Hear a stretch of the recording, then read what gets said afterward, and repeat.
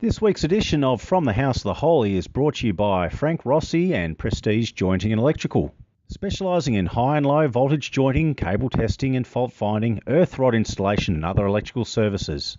And this Saturday is doubleheader social event, the Ladies' Day and 100 Club raffle draw. Ladies' Day starts at 1 p.m, finishes at 5. 100 Club draw starts at 5, finishes at 8.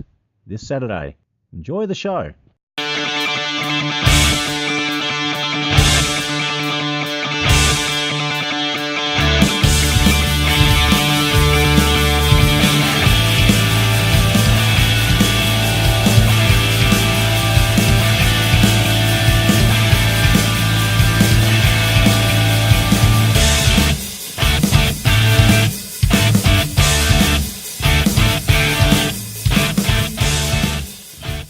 Hello everyone and welcome to yet another Stirling Saints Football Club podcast from the House of the Holy, your insider look into the players and people who make our humble sporting club. I am your host, Damon Eaton, and with me is my reliable co-host. He once incited an all-in brawl in the stands of an AFL match after accusing a Collingwood supporter of lying through her tooth.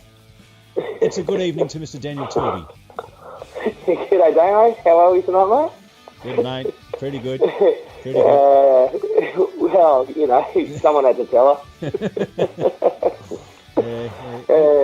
We know quite a few. Never know what you're going to dish up each week, Damo. Yeah, well, that's it. Well, I've got a list here, Tills. I've built up a bit of a bank now, mate, so I'm just checking them off. Can't wait. Beauty. All right. Well, let's get... How you been, Tills? How's things going? Yeah, good, mate. Yeah, it was a fairly sober weekend, being on call, so feeling fresh and energetic. And prospects for this weekend, Tills. It's going to be a big social calendar this Saturday, their last home game for the season. Yes, massive day. And I think it's going to be well supported by the ladies for the Ladies' Day, and yeah, numbers are swelling, that's for sure. That's right. Tickets between 40 and 50 now, Tills, so... We don't know. I think it's even higher than that now, don't we? Yeah, well, that's it. I got an email from the coordinators of the Ladies' Day, Wendy and Di, and asked me, so do you know this person? Let me check the Facebook. No. Well, apparently I bought 3 tickets. Oh, okay, great. Beauty. So it'll be good. So we'll have some tipsy girl ladies on the way afterwards from 5 o'clock back to the club for the 100 Club draw, so that'll be even bigger. Yeah, no, it should be a... very fruitful day for the club, shall we say. Yeah, and busy. And a fun day as well. Yeah, it should be good, Tills, weather permitting, but we'll all make it fun. Yeah, absolutely. Well, let's get to this week's guest, Tills. Please. Okay, well, this guy, basically the last few weeks, as you know, we've been playing, well, if they haven't been veterans of the club still playing, they're certainly past players, obviously. Well, this guy, we decided to go the other end of the spectrum. A younger dude. I think it might be his 3rd season, maybe 2nd. I keep thinking it's his 3rd season at our club. So a younger member of our club. He's made an impression, Tills. He's a solid league player for us. Has been since he joined, pretty much. It's a very good evening to Marcus Lazic. G'day, Matty. Marty, should say. G'day, mate. How are you? Not bad, mate. Yeah, one job I had to do, Marty. That was introduce you, not stuff up, and I got it wrong. That's all right. Yeah. How you doing, mate? Where are you calling? What locale are you speaking from? I'm in W. Is that your house, or you're just sitting in the car? No, I'm in my room. Oh, okay. Just chilling at home, hey? Just comfortable in my room. No Catching up on your reading, matey. Oh, yeah, just started today, actually. What you reading, mate? What you reading? Hey, what was that? What are you reading? Give us a book review. Is it work related or just reading? Oh, no, school related. University. Just started up again today. Oh, okay. Oh, you beauty. Oh, nice. No, it's no good. What are you studying, matey? Sports science. Oh, good. Oh, right, yeah. Is that why you got the gay haircut? Yeah. Yeah. Got to fit in. I like it, mate. It looks wicked. Maybe had a check. The locks had to come off at some stage, and I think it was time. Had them for 4 or 5 years, so. For our listeners, those who don't know, our older listeners, Marty has the shorter dude out in the field who's had the longer hair flowing behind. A bit like almost like a Johnny Platten, except with a bit more muscle to him. And so I didn't know. Like, Marty, you've actually had a trim? This is news to me. Yeah, it's all gone. Chopped off now. How short? Looks stupid, mate. No, it doesn't. Looks very slick, matey. I've got my fair share of shit from the boys at the footy club, so it'll die down it will die down now anyway, I reckon. Well, not after this hour, mate. With a little bit more shit to be hung on you for your haircut this podcast, maybe not. But yeah. We'll see how we go. Let's talk about the round of footy there, Marty and Tills. Let's see. It was our third last round. It was our second last away game. That was against Bassendean at Jubilee Oval, round 16. And the results: League, we kicked 3-3 to lose by 153 points, as detailed by our ever vigilant and very well read and well-researched Paul Giamoff. Apparently, that's our largest losing margin in our league side since the beginning of our 1998 merger. So that's not a record for the books for us to be proud of, but it's there nonetheless. And the reserves, we lost by 136 and kicked 2-1. So, Marty, what could we walk away from that game from there? Any positives, or how do you feel about playing that game, mate? What was your thoughts of the game?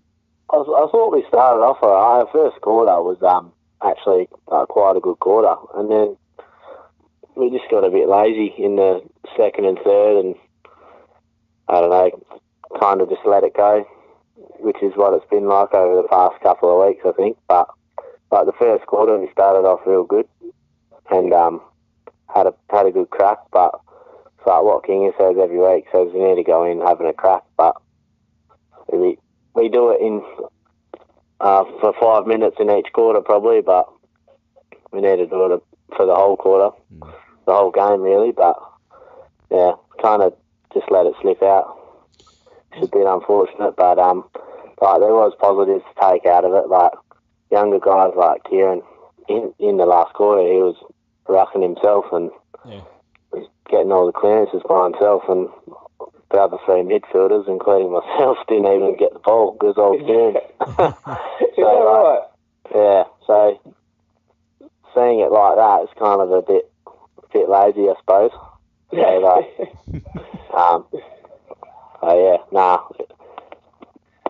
So it started off alright, us boys, and then like change it up a bit every week now. King has been doing so. Like put Matty C in the engine room. So yeah, shovel and goal, what he likes to say. So I like it. All day long, and like he had a fucking good game. So yeah, it's good to have him in the guts with us and all that. Started off pretty good.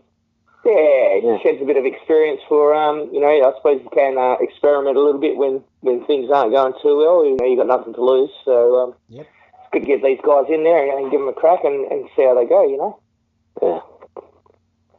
Yeah, so I mean, the end result, obviously, just looking at the scoreboard, do we still look at the scoreboard, Marty, and still shake our heads, or what's the general feel?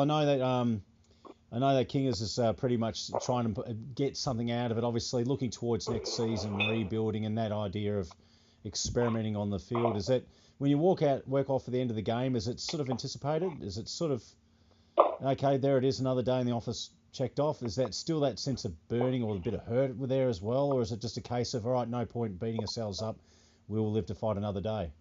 What's the general attitude about it? It is, me personally, it's a bit, I don't know. I'm not a fan of getting flogged by 100 plus points every week, so I take it to heart a bit. So like everyone likes winning, and no one likes losing. So, but like the first 3 games we had of the season, we 3 in a row, and I was like, oh, we're on here. So like we're on for the season, and then the next couple of weeks started losing, 50 points, 60 points, and then it ended up coming up to 100 now. So. Like it's not a good feeling walking off every week and getting flogged, or just us saying we're going to get flogged. Like, there's no positivity going into the game sometimes. Yeah, confident thinking. But yeah, they're just saying, oh, we're going to get flogged. We got flogged last time, you know. Yeah. It's, but like, I don't know. We start like once we let them kick a couple of goals on us, I think that's when we start to go, oh, we'll let it go. Here it comes. But on the weekend, we kicked the first goal. We're up and about. It was good. And then they kicked one or two, and then I think that was it for us. We just everyone starts to drop their heads after they kick a couple in a row. Yeah. But yeah, it's not the best feeling walking off the field every week, knowing, looking at the scoreboard, and we're down by 100 points, and we've kicked less than 20 points or whatnot, or only 30 points. You know, so but yeah, I don't know. It's just one of those seasons, I suppose. Yeah. Seems to have been just, you know, one bad thing after another. There's been a heck of a lot of injuries. Yourself, Marty, you got injured this year. You know, you were out for how many weeks? About 3-4 weeks? No, it's 7 weeks, I think. Jeez. 7 weeks. Yeah. That was the moon beat, wasn't it, Marty? Say again, sorry? Sorry, that was the moon beat, wasn't it, hey? Yeah. What did you actually do there? What was the actual injury? The ankle? Syndesmosis in my ankle. Oh, okay. Jeez. Yeah. Well, there is good news. There's good news on the horizon, mate. Always looking for the next game and trying to get some positivity out of it. I've got a good one here for you. Bassanine was sitting. They're currently sitting second on the league ladder, so we're always going to be up against a very stiff opposition there. We've got Gosnells this round, our home match, round 17.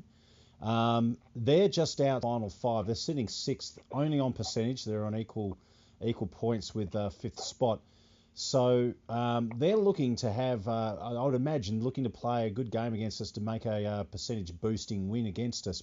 However, when we played them against round 8, and this is also taking in mind rounds 5, 6 and 7, particularly 6 and 7, we were losing by 80, 90, 100 plus 100 points there.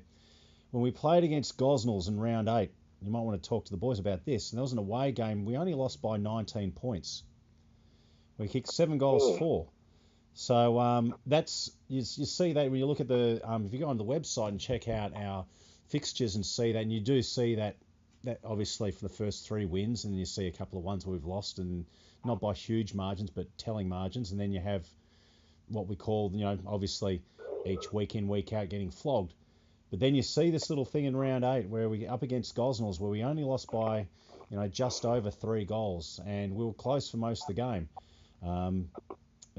Kicking 7-4, pretty good, but you know, lining up for goals. So at a home game, do we have enough in ourselves to spoil the Gosnells party and to keep them outside of the top 5? Do you reckon that's something that we can possibly do? I'd like to hope so. Like, it'd be good to knock them off and keep them out. Especially now that Marlo's gone there. If he is playing on the weekend, like, it'd be good to you know, get stuck into him a bit, and yeah. But yeah, it's possible. Nothing's never not possible. Just we got to have a bit of hope, you know, going into the game, and everyone actually rocks up. Even if it's just something like trying to we kicked 7 goals last time against these guys. Let's aim to kick 7 goals again this game. Let's aim for 2 goals a quarter, and that's going to be competitive. And it was competitive against them last time. You never know. Strange, crazier things have happened. I reckon these guys are ripe. These guys are ripe for to be taken out of peg. They're going to be thinking they're going to have an easy win against us. They're going to try to boost percentage. But I don't think they're really, you know, aside, they're not going to expect much from us. I think that makes us dangerous. So I think that's the sort of attitude we need to have. We say, look, we did all right against these guys last time. We could pinch this game here, and even if we don't, we can still kick 7, 8 goals against them and have something to walk away with, you know, at the end of the day. Yeah. Just going in there with a bit of pride, I think, would be good, and getting up on them, I think, especially being the last home game, and that the fact we're having a function down there. 2. And all 2 that. 2 functions, sorry, and yeah, it'd be good to just get up and get up and about it, you know. Yeah. All right. Well, let's move past the footy then. Let's talk about you. Marcus. Let's talk about what was I right in saying is it your third season or second season at our club? Second. Second. Okay, second. So I do remember. Oh God, I remember when your very first trainings, and Tills and I were talking about this, and you obviously know. One of the pre-season trainings, I think it was the start of last year. You just coming and watch on a Thursday evening, and there's this tall, lanky dude sitting on the sidelines. Hey, how you going? It's, of course, it's your uncle, Dion Lazic. Yeah, so, Uncle Dion, yeah. Yeah, so Tills and myself are pretty good mates with Laz, and known him, well, Tills known him longer than I have, but we've known each other since high school years and that, so... Yeah. Was he your introduction? When I was coming down, because I was living with him at the time, and I moved up that year, and I was living with him for about 6 months, and I said to him, I'm going to go play for Stirling Footy Club. And he only lives just down the road, so I thought I'd just go to the closest footy club, make it easy for myself to get to training and to games and stuff. And he goes, you're not, are you? And I was like, yeah, why is that? And he goes, my mate Tills runs a bar down there. He's going to get you fucked up every weekend. But yeah, I think it's me getting myself in that state every weekend, but I do try to assist Marty. Yeah. Yeah, try my best. But, you guys don't need too much prodding, that's for sure. You do know how to have a good time. Yeah. I read out of Captain Morgan's last week. I should know better by now. Yeah, you should. You should just have that stuff on tap, I think. You should do, eh? Bloody hell. Yeah, I got a bit panicked tonight. Went down to the club and did a bit of a stock take. And, we're a bit short on captains again. So off to Dan Murphy's again soon, Marty. That's for sure. Yeah, good. Stock up plenty for the weekend, Tills. It will be a big one. Lots of drinkers. Yeah. I'm a bit pensive, Damo, but I think we'll have it all sorted. Yeah. It should be a really good, fun day and evening, I dare say. Yeah. I know we've got at least 2 reserves players who put their hands up to help behind the bar as well. So that'll be good. Pity. So just to help shoulder the load, because obviously from 5 to 8 it's going to be free drinks for the 100 Club ticket holders. So that'll be something that I dare say they'll be taking full advantage of. So you'll have to just go run a little book on the side, say, yep, mark it down, how many beers have been taken, how many wines are taken, probably more beers than wine. Yeah, we'll just let the boys. I mean, it's so easy if you can get a couple of guys to help out, especially when it's, everyone's paid their 100 Club ticket, and it's just easy just to distribute beers and wine and soft drinks. I'd be appreciative of anyone who can lend a hand, that's for sure.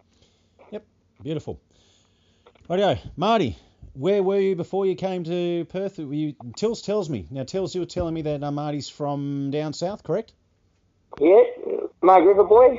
I was living in Dunsborough. Dunsborough. Yeah, Dunsborough, yeah. Lived there for most of my life, so yeah, it's good. Yeah. Bit of a change coming up. It's just playing footy at Margaret River. That's right. Much of a surfer down there, Marty? Yeah, a little bit when I could. So can't say much up here anymore. It's a bit different, but down there most weekends, every day in the summertime, pretty much. So beautiful. Yeah, took advantage of it. What was the name of the team you played for, Marty? And tell us a little bit about the league down there and what sort of played against, like names and how it was structured and those sorts of things. Give us an idea of what it's like down in that league down there. It's so we play against teams like Bunbury, Harvey Brunswick, Harvey, Collie, Donnybrook, and all those sorts of teams. And but country footy is a bit different to the Amos up here. It's a bit tougher, I think. Yeah. But all the boys down there are a bit tougher, And but last year I went down and played a couple of scratch matches and played round 1 when we had a bye last year, and coughing a couple of knocks. They were a bit harder than the games I've played up here, but But yeah, it's just country footy, I suppose. So harder is in a lot more contact because it's a slower form, or just harder in running, or anything like that. Or what do you mean by harder? Contact, contact wise. So yeah. Less time to work with the ball when you pick it up, like the closing time. That once you got the ball, you got someone on your hammer. It's an immediate decision, or anything like that. Yeah, like that. So it really comes down to what team you play, but yeah, it is quite fast down there as well in terms of gameplay. But yeah, it gets real wet down there too, especially at our home ground in Marg. It's just a big mud pit, so yeah, take advantage of a home game sometimes. Absolutely.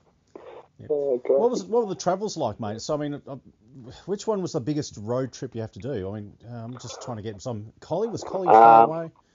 No, Collie wasn't too bad. Collie was a bit of a hike. Well, for me, it's a bit different because I was travelling from Dunsborough, so I saved myself half an hour. Okay. Rather than driving from Margaret River, but I think Harvey was the biggest drive. It's about an hour and a half or so to get to Harvey from Dunsborough, a bit longer from Margaret River. So for all those boys, and there's a couple of boys that Augusta as well, so they were travelling from Augusta to Harvey and places like Collie and all that as well. So yeah, Harvey was the furthest team away that we had to play. So yeah. Do you have the old big team bus on most of those occasions, Marty, or was it everyone? No, just drive yourself there or carpool with the boys. Yeah. I know, Damo, you used the bus a fair bit up at Derby, didn't you? Yeah, well, that was every second game tills to Fitzroy Crossing. Like I said, it's a 3-hour trip by bus, and obviously it's a bit longer on the way back. Sometimes it was. I think the record was 7 hours to come back, and the guy who was designated, Don Dunbar, who drove us. Actually, it might have been Jocko who did it. Older guys, I know Jocko wasn't all that impressed by the slow rate we were moving. Like the game finishes at around about I don't know, something like 3 o'clock or 4 o'clock. I don't know. My memory's not stretching that far, but yeah, we pulled up in town at like nearly midnight. It was a long trip back. And not because there was any mechanical errors, just because piss fart around maggoted guys just being bloody stupid. So yeah, it was good fun. All good fun. Absolutely. Now, Dave. Marty, Dave Downing, our esteemed club president, he tells me whenever anyone talks about football down south, he always brings up the idea that the Bunbury club rooms, the change rooms, and all that, the best he has ever seen. Was that? Yeah, he tells me every time we talk about Southwest Footy League. Yeah, they've probably got the worst oval in the Southern Hemisphere. But no, their club rooms aren't too bad. I haven't spent much time in them, but club rooms aren't too shabby. But yeah. Thinking about it now. Yeah, they're up there with one of the best club rooms. So I mean, the Margaret River one's alright. That's alright. So I don't know what else to talk flag about. for the Margaret boys, bud. Yeah. Is there much money? Well, I know with sponsorship and so forth. I mean, I might sound like a guy who knows a fair bit about country footy, but really my limitations of country footy are in the Kimberley and a little bit in the Pilbara, but and in the Mortlock League, which is in the Wheat Belt. But beyond that, like the Kalgoorlie, Goldfields League, I know Midwest, I know very little about, and certainly the Great Southern and Southwest I know very, very little about. So I'd imagine that you'd have a fair bit of sponsorship and backings. Like I know the leagues I've played in, the whole town, it's a social weekend. Particularly, it's a small town where it's not much happening like Dalwallinu. They make their own fun, but sports days are big gatherings. Is that the same over in Margs and stuff? Because I'd imagine there's so many different things. It's a town of leisure. It's a tourist town. There's plenty of things to do there. Do you still get that sort of turnout on games down there? Yeah, 100%. Like the home games down there are awesome. Like cars go around the whole oval and it's jam packed. Sometimes you struggle to find the park, especially by the time it's a league game. Yeah. So it's big culture down there. It's like a home game for the town's like pretty good. So most of the town actually comes down and watches, and it's good to have a crowd down there and have people cheering for you. And it's a big thing down there. Just the town coming down to watch footy. So it shows that there's a bit of culture at the club and in the town, and that shows that people of the town are interested in the club and support the boys down there. Yeah. Did you have any success while you were down that way at all, Marty? Or when I was playing Colts down there, we made it to the grand final, but we didn't make it. But and then when I was playing league, we just missed out on finals, so wasn't too good, but it was alright. Yeah, just good to experience a few things. Absolutely. You played juniors down that way as well? I played juniors at Dunsborough. Yeah, rightio. Yep. But then when I started playing Colts at 16 or 17. Yep. And went down to Margs, because all the Dunsborough boys usually they either choose between Margs or Busso, but majority of go to Margs. And usually if you go to Busso, we call those boys a traitor and all that. So and then so Busso and Margs, they're the two derby teams. When it comes to that game, it's bragging rights, whoever gets the win and all that. And most of the boys that play for Busso as well, we went to school with, so bragging rights for the rest of the week. Beauty. Do you think that's sort of missing from the metro leagues? I mean, especially with our club, we've been going from B grade to C grade, and who knows where we're going from this season. But we don't have that every season we can expect the same sides, and therefore we don't have those rivalries that are specifically built up. I know like the Sunday league games, we'd always have the only two teams north the river, Wanneroo and Osmond Park. They were always the big games. They were always going to be that exchange. Is that something, do you think, that misses from our league, Marty? Do you think that there's there, or is there's always still some sort of rivalry there? That's kind of a thing that I miss about country footy, like just having that one team that you always want to beat.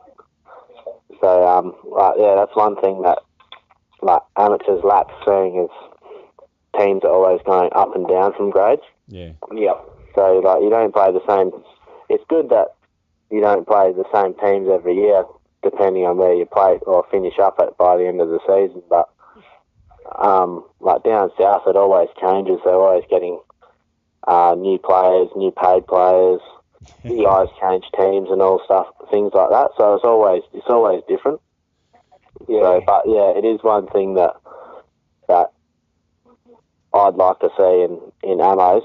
But I did last year. The boys were saying playing against Kingsway was a pretty big game. So it was alright playing games like that. So knowing that they were a bit more of a rival team, but teams like Busso down south, that's like the derby side, and then for the boys that played Colts, it was against Bunbury and Busso. So against the Bunbury side, we hadn't beaten them for a couple of years, and the first time we beat them by 2 points and at a home game, and hadn't lost a game at home that whole season. So it's good to have rivalries like that. There's that shared history that the clubs have, and you mentioned about Kingsway as well, because there was a shared history that added to the rivalry where, like I said, we had players that moved from our club across over to theirs, so we were playing against people who jumped the fence, so to speak. So that sort of adds to that added bite. So it's interesting that you make that observation there, Marty. Yeah. Time once again for us to take a break from this week's episode to talk to you a little bit about our major sponsor for the week. This week it's Prestige Jointing and Electrical, as sponsored by one Frank Rossi. Frank is a celebrated former league captain and also life member of our club. He is also one of our major sponsors at this club and has been for quite a few years. Prestige Jointing and Electrical, they have been operating in Western Australia for over 6 years. They specialise in high and low voltage jointing, cable testing and fault finding, earth rod installation and other electrical services. They do major subdivisions to smaller projects, so you could be part of a business, it could be part of a corporation, or you might just want to have something done around the house. They believe that being on time matters. It's one of the final phases of any development. Cable joining is generally one of the final phases of any development, so they make sure their team is able to be flexible in order to meet your targets. Arriving on time and completing your project by deadline is very important to them. They are qualified cable jointers. They have A-grade electricians and certified Western power cable jointers, low and high voltage. They share more than 20 years of cable jointing experience and have worked on major projects all across WA. They truly believe in safety and insurance. They're covered by workers' compensation and public liability insurance. And they are careful to maintain strict occupational health and safety standards. So if you need them to comply with specific safety requirements on your site, their electricians are able to do this as well. They do all sorts of electrical cable work, such as cable fault finding, VLF cable testing, earth rod installation, grid installation, earth testing, strata electrical, private lighting, standard electrical work. They travel all throughout WA. They've worked from Port Ellen to Kununurra to Kalgoorlie to Perth, you name it, they've been there. Professionalism is a given. They're not going to tell you that our team is professional and trustworthy because at the very least, every company should be. They will tell you that they will work hard, they are dedicated and they are very skilled at what they do. Our objective, or should I say, Frank and their objective, is always to perform quality work and meet your deadline. So, how would you get in contact with Prestige Jointing and Electrical? It's quite simple. You can contact Frank and the good folks at Prestige Jointing and Electrical on the following number. It is 0405 223 990.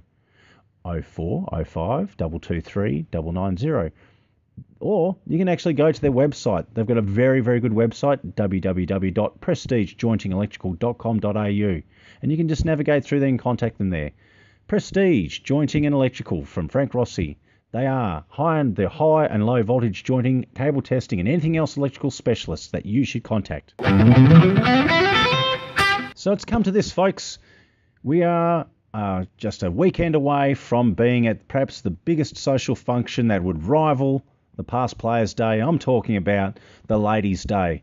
Followed up quickly in succession on the same day, later in the evening, with a 100 Club raffle draw. Anticipation would be the only word that we use to describe it. What's that, Damon? Anticipation? That's right, Damon. Anticipation. All the ladies been sick and tired of us going and playing Saturday football, away from their girlfriends and wives and kids, etc. This is the weekend where the ladies get to let their hair down. It's the Ladies' Day. We have sold, get this, I reckon it's, look, last count, it's about 45, but I'm still getting emails coming through and text messages coming through from the good organisers of Wendy and Di and, of course, my wife Donna, who've coordinated this. Ticket sales are over 50. I reckon easy, 50. And now we've got plenty of games for the ladies, all sorts of raffles and all sorts of prizes that are going up for grabs there. I mentioned last week all the different people have actually donated from local businesses. There's too many to count, but basically anything that's girly, it's provided for. It's absolutely going to be a fantastic day. Nibblies are provided. Drinks are going to be paid for. And, of course, you're going to be waited on hand and foot by the fantastic staff that we've appointed there. So, the Ladies' Day, 1 o'clock to 5 o'clock. And then they can mosey on over to the football club house. 5 o'clock is when we start the 100 Club draw. It's been anticipation all season. We've got virtually all tickets sold. It's been absolutely fantastic. We're down to our final 10 tickets. 90 tickets, gone. Sold, paid for, done. 10 tickets still up for grabs, however. Maybe one of those tickets is the winning tickets. Get into the cash. $2,000 for first prize. $1,000 for second prize. $500 for third prize. If you happen to be the poor unfortunate soul first to be eliminated, because it is an elimination style draw, you get your cash back. And you get 3 hours of your free drinks and nibbles. Plus good people who are going to be there at the club. The ladies are going to be sauced up. They're going to be looking to be having some fun as well. And it's just going to be a great evening to finish up the season with our last home game before we go in a penultimate moment before we play away in our last round. So, Ladies' Day, 100 Club draw. Be there this Saturday. Even if you just caught wind of it through this promo on this website, on this podcast, do yourself a favour. You got nothing going on Saturday, come down to the club, be a part of helping out at the bar, having a few drinks, and then perhaps even have a flutter on the 100 board. Be a part of it. It's going to be great fun, a great evening. We'll see you there. We now return back to our regular programming. Well, what about let's talk about the club that we're at right now. Let's talk about Stirling. Let's talk about the characters and the players and so forth we got here. So, I mean, you came in. It's pretty much like you pretty much knew. Is it right, fair to say you knew no one when you first started training and so forth? You just sort of gravitated towards the blokes that are about the same age, have been around playing footy about the same time. Would that be fair to say? Yeah. I got along with the boys pretty well actually. But it's funny to say, there's a bit of a little coincidence that happened. I actually met Corf at work.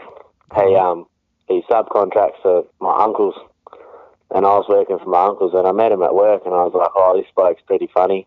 And in the brain. I was like, okay, it's work a bit more fun. And then one day he rocked up to training during the pre-season, and I was like, what's he doing here? And then he goes, no, this is my club, mate, not yours. And they got along ever since and got around the boys ever since, really. And I don't know, it was quite, it is a welcoming club. Well, I like to think. Yep. Well, for me it was coming down here, so I feel right at home. So yeah, so I got around the boys pretty pretty quickly, and made some pretty good mates over the past 2 years. So yeah. Go, Tills. So just I am intrigued that John is not he's just the same professionally as he is when he's on the footy field or in the bar then, Marty? Say again, sorry? Johnsy's pretty much the same professionally as when he is at the footy club? Yeah. No, I don't think you can turn that thing off, mate. I think that button's always on. And it's good that he's like that, but yeah. I'll tell you what, it's yeah, no, he's the exact same bloke as he is at work. Yeah, he's a cracker.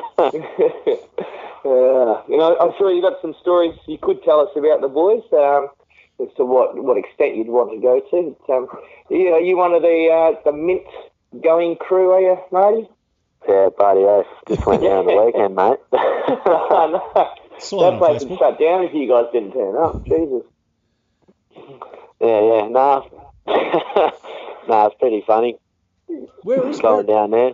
Look, I think go on. One of the boys said, Matty C was like, it's pretty hard to get kicked out of this place one time, and but I ended up getting kicked out of that place because I was riding him like a horse.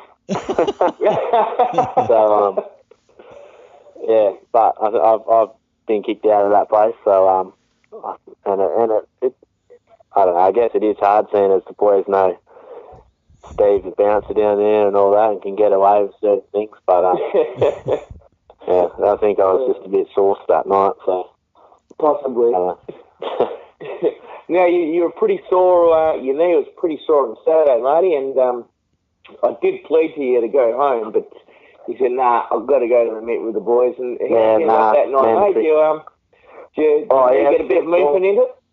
Yeah, it's all better now. I think it was just copped a knock on the weekend, and just I don't know, just a bit of bruising, I think. So yeah, struggled to straighten it, struggled to bend it. It's just a bit sore. Just a bit of lubrication, and you felt a lot better. Yeah. Alcoholic lubrication, and it does the job. Yeah, a couple of bottles of Grandpa's old syrup. Yep, that's it. Yeah. For the old folks out here, mate, like I have no idea where is Mint. What is Mint? I mean, I know it's a pub club, but whereabouts is it? In Northbridge. Okay. All right. Whereabouts? This is going to show my age, Till. So obviously, I'll need you to mediate here for me, Tills. I'm in the same boat, mate. I've got no idea. We'll talk about elephant and wheelbarrow. I'm not good with street. You're asking the wrong person. I'm not a person who's on the streets. I just know where it is. I don't know. I think it's on James Street or something. Not sure. Right. Tills, the amount of times that we went into Northbridge as well, we'll be pissed by the time we go into the Northbridge as well, just to save money on buying expensive beers. And this is back in the 90s, but it's the same thing. I think, like you, Marty, we'd get in there and hop out of the cab, or just follow the other boys. You know where you're going. I'll just follow you. Oh, we're here. Okay, good. If it was left up to me, I'd be, I don't know, who knows where we'd be left at. You find yourself in that sort of situation, mate? Oh yeah, 100%. It's good to see not much has changed in all these years, don't it? Not for the better, mate. There's always one bloke knowing where they're going or directing the boys where to go, but I think you don't need any directions when you're going at the mid. Yeah. Who's the bloke out of your crew that sort of does find? He's the guy who sort of just is there one moment, the next moment he's disappeared for whatever reason. And is there any guy that does that, just disappears on a night out, just whether he goes out or he just I just lost you blokes? Or do you have any stories like that happened? I don't know. No, not really. I don't know. I think I might be that bloke sometimes. Just wander off. Without telling the boys or something. I honestly can't remember if I do tell the boys or not. Probably don't, but... Who was the bloke? I saw the Facebook post on a while ago, obviously, it must have been last weekend, where had a photo of this bloke. I only saw from his eyes, the top of his head, standing outside the front of the Mint. Who was that and what was going on there? Oh, that was Hammer. Yeah. Hamish. Oh, Hammer, yeah. Little Hamish. Yeah. Trying to get around the boys, I think. I don't know, I didn't see him. Apparently he came in, but I didn't see him. You've gone home by then. Yeah. I think I was just blind, mate. Yeah. You talked about yourself getting kicked out of there. Any other joints you've ever been kicked out of, mate? Or have you seen anyone else being kicked out of any other joints that's been memorable? I've been kicked out plenty of times at a few places, there's a little club in Claremont called Avenue. I think it used to be called Clubber or something. Yeah, okay. All the boys know it as. Yeah. So, Bayview, maybe. But yeah, they have a student night there on Thursdays and Sundays and stuff. And there's one night I just completely wrote myself off and spewing up into dunnies and could barely stand. And I thought I'd get up and walk out of there, and in my head I was like, if I bump into a mate, I'll get him to help me down the stairs. And ended up bumping into a mate at the bar, and I was like, mate, you need to help me down the stairs. I can't walk, I can't get out of here. and he replies to me and he goes, nah, mate, I'm getting a drink. And then by the time he said that, I'm up in his face, calling him a piece of shit and all that. And then it hit me again, and I started spewing up, and in between the two bars there's like a curtain that divides the two bars up, and I was spewing up in the curtain there, and the security guard came and grabbed me and had my arm around my back, and I was calling him and stuff and abusing him, just saying I need help, I'm leaving anyway, and then ended up getting chucked down the last few steps. So, no. But yeah, been told to leave a few times for that place, but for no reason at all. Sometimes as well, I think no reason at all, but yeah, no, that's probably the best story of me getting kicked out of space. Your uncle, you do remind me a fair bit of your uncle there, Marty. He's told me some stories. Yeah, he's had some gold. I don't remember if you recall, Damon, we had the 1993, the Leavers trip. Right, when we went down to Mandurah with Laz and yourself, Bad Tass and Ando and Tommy. Bully. Yep. Tom Chair, yeah. Back in the old days, I better be careful what I say. Yes. That was a good trip. I might just leave it at that, actually. Well, look. I was when Marty was reminiscing too, Tills. Marty, I was thinking to myself, I could do some stories. Hang on, I can't tell that one. Puts me in a bad light. Hang on. Yeah, I've been kicked out of that pub. I've been kicked out of a pub, so I can't really tell that story. For the reason of why I got kicked out. But I will tell you one, Tills, about your uncle. It's a beauty. Look, I don't know if no one does runners on cabs anymore, because no one catches cabs, do they? You know the one I'm talking about, Tills. I do, mate. I do. Because everyone got Ubers and that, it's all paid for in advance. There's no point in running as everything paid for. But back in the day, in the 90s, we used to go out in the crew and so forth, and we go out, it's a collection, and you go out and get drunk and so forth, and you'd always have, you hope you'd sting someone who sits in the front seat. You're paying for the cab ride on the way in, and you buy around. They don't have to buy around, whatever, but you sort it out. And then on the way back, you've managed to all catch a cab. You all get in there, and you don't mention anything, how much cash you got, have we got enough to cover? They just get in the cab and just don't say anything. And then when you get to sort of close towards, when you get on Amelia Street in Balcatta, that's when you start looking at each other whispering, hey, have you got anything on you? I've got nothing. I'm bone dry. My bank account, my car's got nothing too. So, and we had, what was it? I think it might have been Davey Smelter who was sitting in the front. Yes, it was, I think. And I think it was you. I wasn't there. I think it was you, Laz, and Dave. It might have been, and I'm pretty sure. I'm pretty sure someone else was there. I know we had a full back seat. Anyway, the story goes like this. We get pulled up and we're sort of like on, what was it, on Jones Street, just outside Takari Primary School, right near the Oval there, old James Paskin. And we're across the other side, you've got Tills's house on the other side of the Oval. And if there's ever been a good spot to do a runner, it's there. So, because we pulled up and we sort of give instructions, we pulled up and said, I just put up right here, that'll be fine. We're all sort of central. We can walk from here, we'll pay for it. And Davey turns around, and I knew the jig was up, was sort of going to lump him with. He said, all right, boys, pay up. And we were, you got money? I got no money. I got any money? You got money? I got no money. And I think Davey actually called. He said, all right, run! He jumped out, and of course you go to the Oval where they have the wooden bollards, so it's just right there. You go right past there, and of course the cab driver can't do anything. What does your uncle do? He runs not onto the Oval, but he runs parallel to the road on the curb. So of course, being the big gangly dude he is, he's got a bit of steam, but you can't outrun a car, and he gets clipped by this cab on the way through, and he gets just completely smashed. Yeah, it's pretty funny. Yeah, we're all on the Oval. We sort of turned around and saw him. What's he doing? Clunk. Oh, jeez. So that's one thing, and that's probably the least I could say, the least disparaging story I could say about. Yeah. We've had moments where he's been passed out. Well, all of us have been passed out in that sort of group. You snooze, you lose. As I'm sure that's a game that everyone still plays these days, Marty. Where you'd be subjected to all sorts of things shoved down the back of your pants while you're asleep, or even worse. I haven't fallen victim to that before. You have?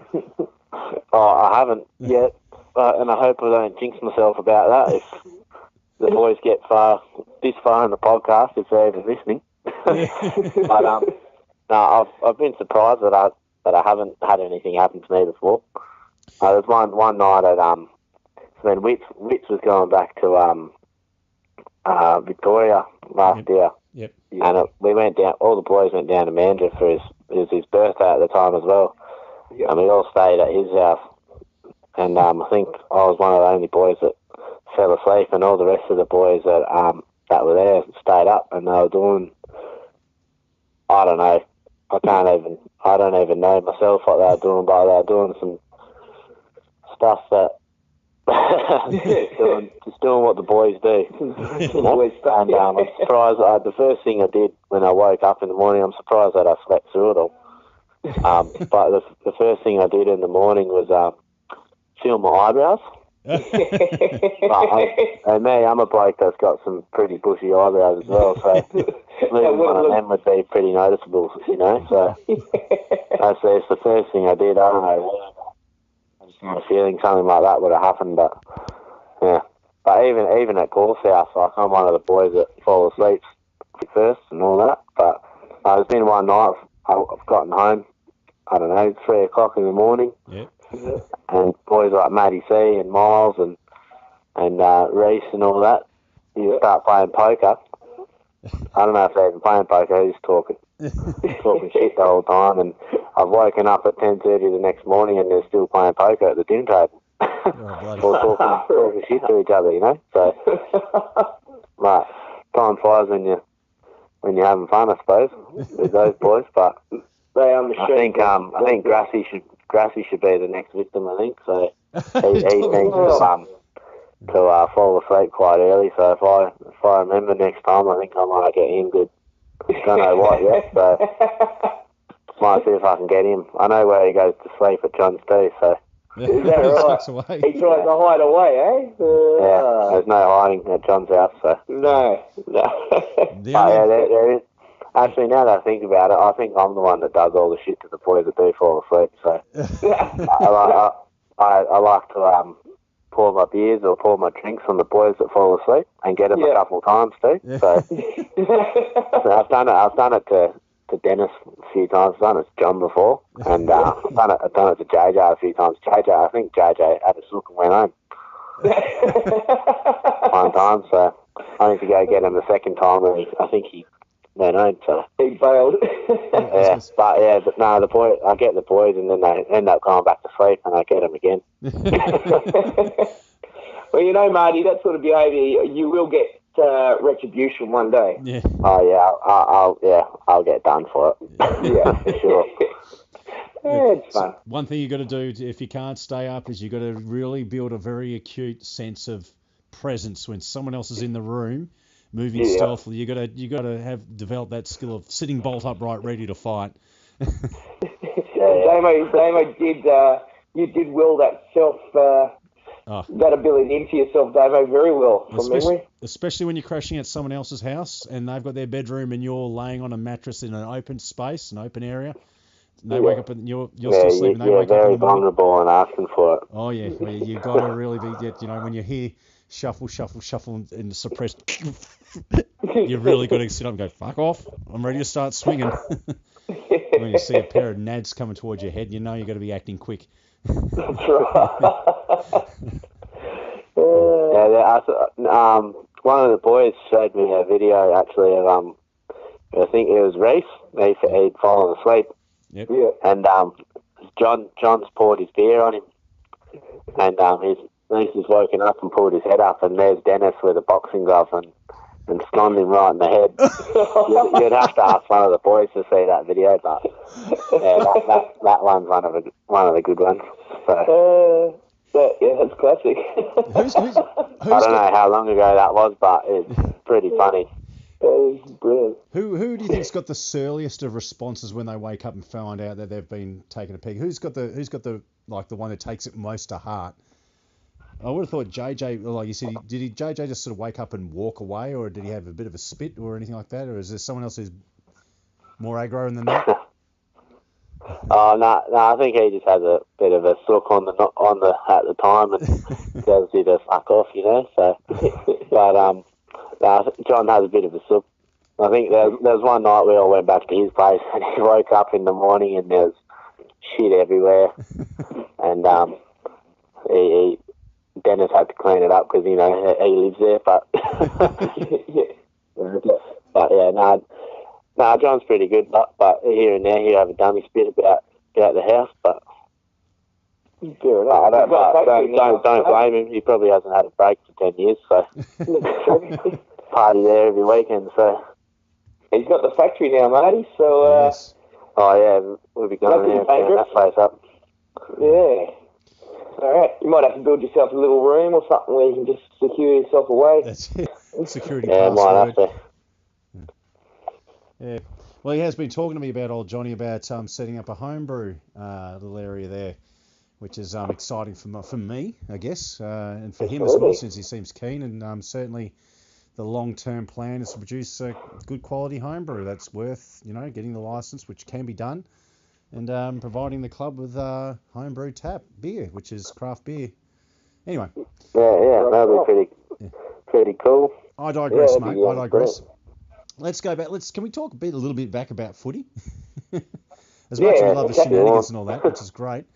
We're still looking at keeping it lighthearted, but let's talk about beyond just the boys that go out in the circle and so forth and that. We'll talk about trainings and so forth. I found sometimes trainings on the Thursdays and Tuesdays. I mean, it's hard work, but when you get into the skill work, and so forth like that, and you get together, it really is a bit of a camaraderie out there, and you sort of get to take. Is there a lot of camaraderie out there where you take the piss out of each other and so forth during training and that, sort of like a bit of a ribbing on the training track? Oh yeah, 100%. It's always a bit of a boys having a laugh about stuff that's happened on the weekend, or like a joke, like boys like Matty C and Milky always staying up all weekend and not getting a break and sleeping, and there's always little jokes that come up and ends up being a joke the whole training session between a few boys. But yeah, no, it makes training a bit more fun for those that know what we're talking about. So Yeah. Who's Milky's a funny cat. I'm sure he'd provide plenty of entertainment anyway. He's been proposed. We've actually asked him. I asked him again for this week as well to see if he'd be keen on having a podcast. And he's a bit. I wouldn't say shy, but I think he's perhaps a bit wary because he says, I don't want to do it because I might get shit hung on me for being on the podcast. But I guess it's an opportunity when you're the guest on the podcast, you're in control. You actually get to hang shit on everyone else in a broad format. Been doing so. Yeah. So let's get him. Well, what can you say about Milky? Let's get him. Oh no, he's a ripper bloke. I reckon he's a little kid in an adult body, I suppose. No, he's a funny bloke. He's especially when he's with us boys that he's one of the boys that'll come out. But he says some funny shit. He's a cracker, like that a 12-year-old would say sometimes, I think. So it's just gold. He's a crack up. He is bloody hell. And he provides wood for the club fireplace as well. So kudos to Milky. Absolutely, yes. He's a man on the chop. And he's been, and like I noticed that because he loves the old mow, the old Chris Cornell mow with slight semi-goatee there as well, which is a pretty fashionable thing. But I've seen he's actually been a bit of a trendsetter. I saw since he's done that, a couple of other blokes have tried that as well. Most notably, old Timmy Pendle has tried the old mow as well recently this season. Timmy looks like a seedy teacher like that. Yeah. Porn star. I reckon he could lose it if he's a teacher. Yeah, it looks very good. Probably if he did lose it, it would Tills. Yes, mate. Sorry, matey. This happens every podcast. Look, mate, I keep thinking that you're doing dishes, but I don't hear dishes in the background. I'm hearing a lot of running water, mate. It's just a little. We've got a little water leak here, don't we? A sprung one. Yeah, okay. Should be just about sealed up, I reckon.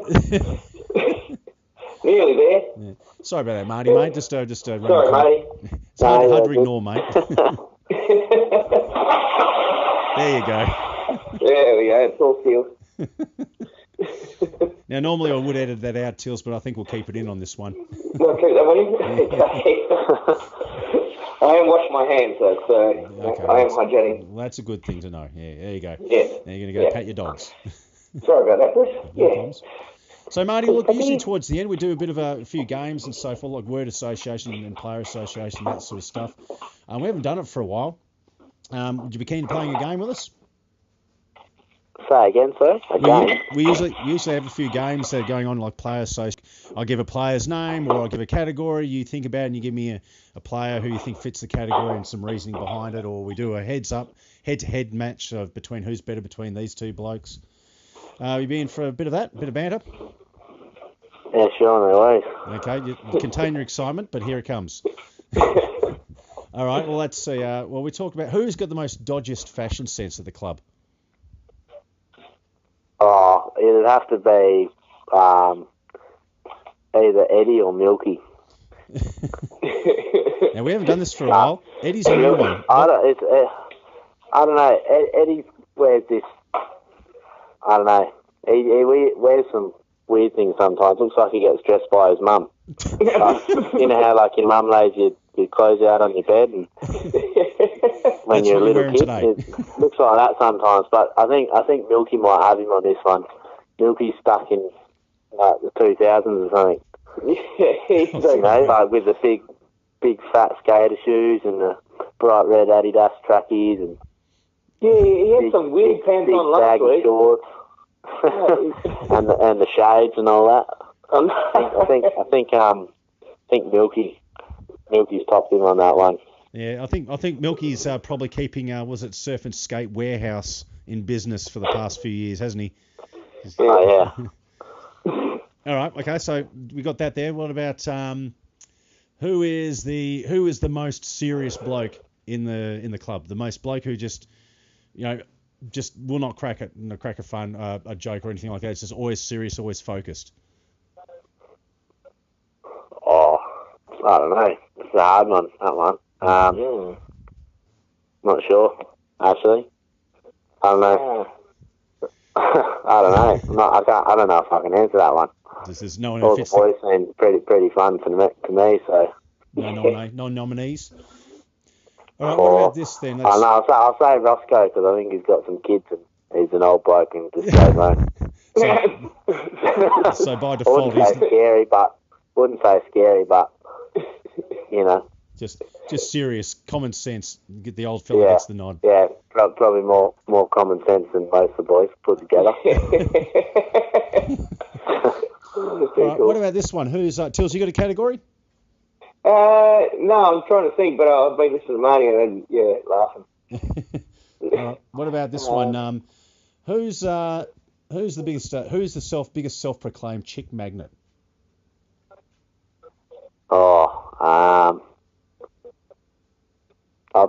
Lately I'd like to say myself. I've been bragging about my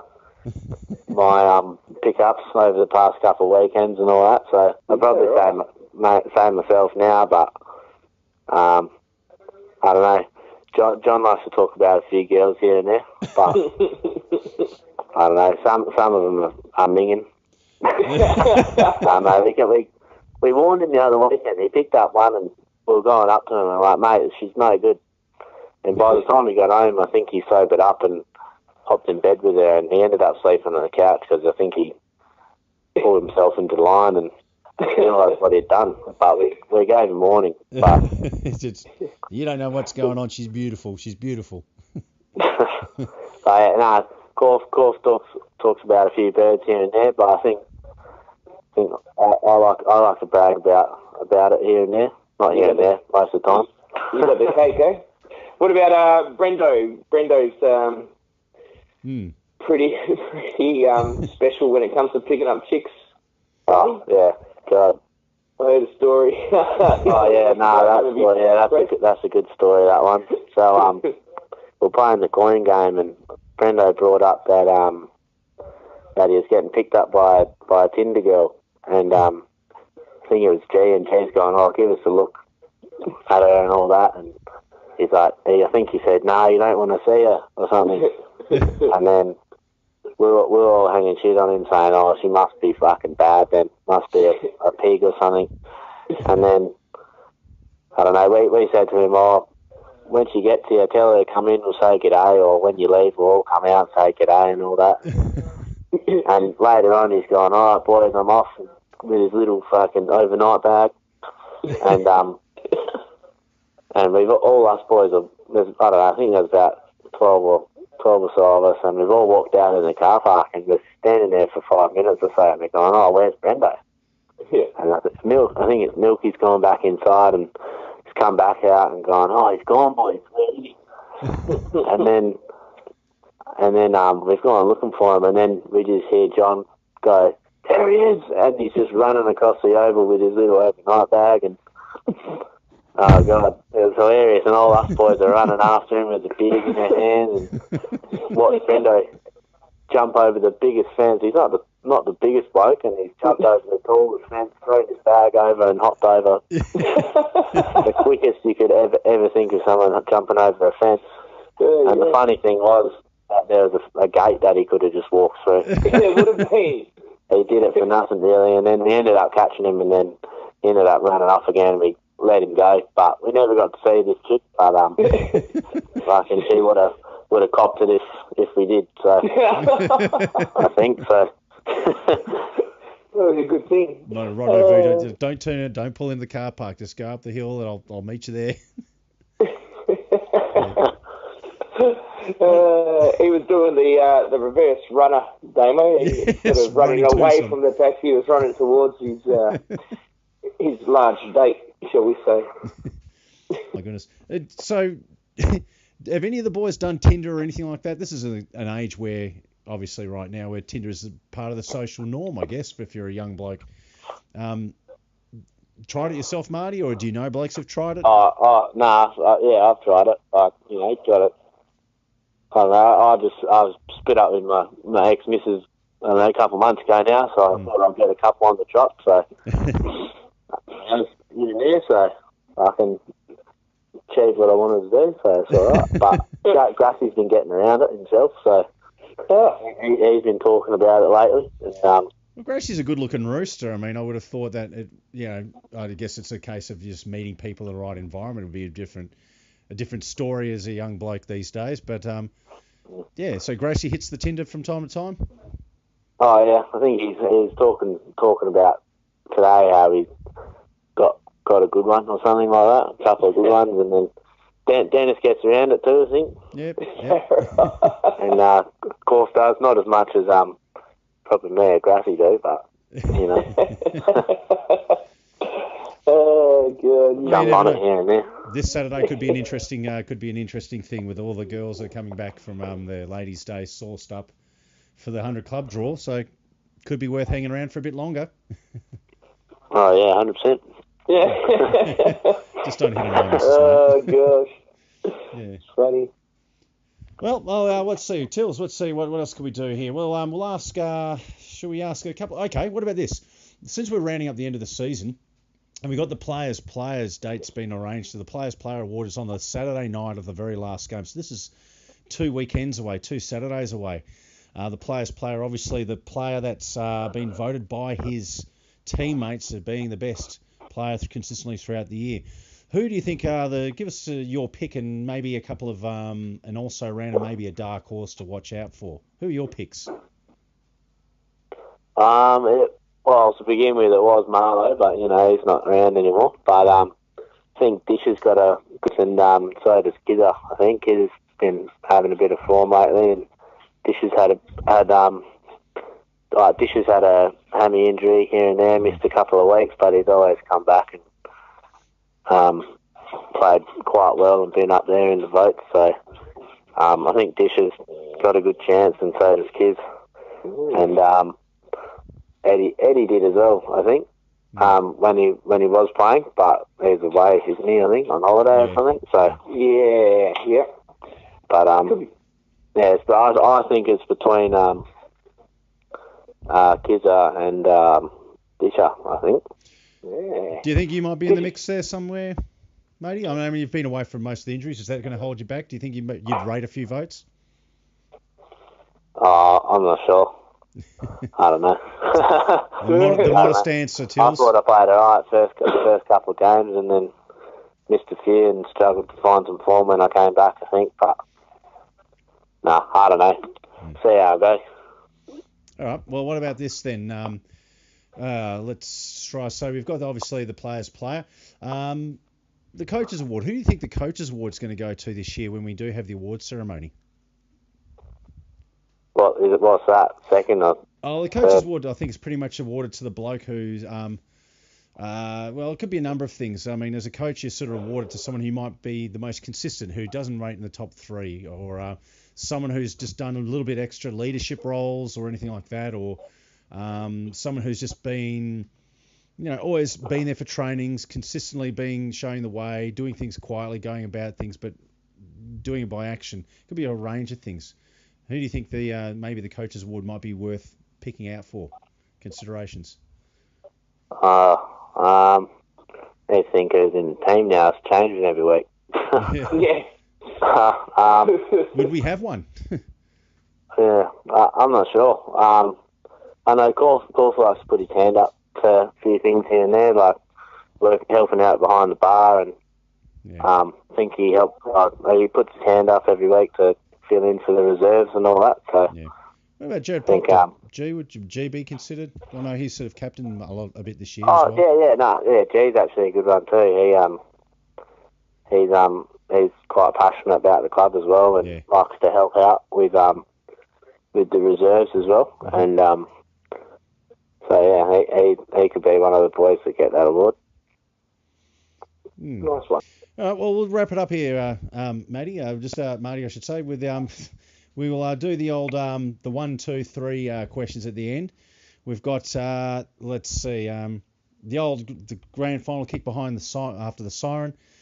We've got a free kick from 40 out, but you can elect anyone in the team you've currently played for or in the past for our club to win the grand final after the siren kick from 40. Who would you have the ball? Whose hands would you have the ball in? wouldn't be mine. The boys would know. Wouldn't be mine. I'd probably say either Simo or Damo Lloyd. Damo Lloyd? Yeah. Simo's been accurate this year. Yeah, Simo's been pretty good. So, this is the first time I've played with Simo. But, I'd back Simo, I think. Did he play last week, Marty, or is he... Yeah, he did. Yeah, he kicked a couple of goals last week, actually. So, yeah. So he's out this week, then, eh?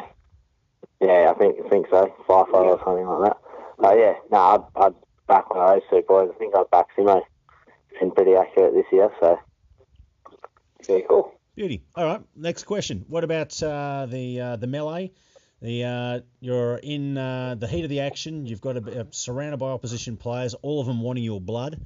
You have one player from your side that you played with or played alongside with since you've been to the club.